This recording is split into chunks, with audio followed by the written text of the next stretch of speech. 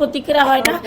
আমি মিনিমাম চাইলে আমি 50 জন ক্লায়েন্টের নাম্বার দিতে পারবো, এখন এখানে বসে আমি দিতে পারবো। আপনি প্রোডাক্টটা বাজারজাত করছেন, সেই প্রোডাক্টের অবশ্যই বিএসটি এর অনুমোদন থাকতে হবে।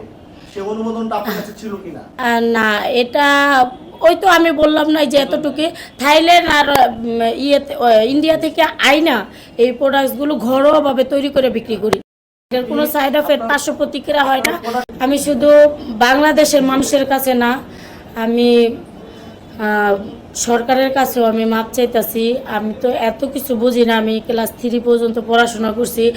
আমি সরকারের কাছে আমি মাপ চাইতেছি যে স্যার আমাকে মাফ করে দিবেন, আর আর আমার ছেলে মেয়ের মুখের দিকে তাকায়, আমার সংসারের মুখের দিকে তাকায় স্যার আমাকে মাফ করে দিবেন।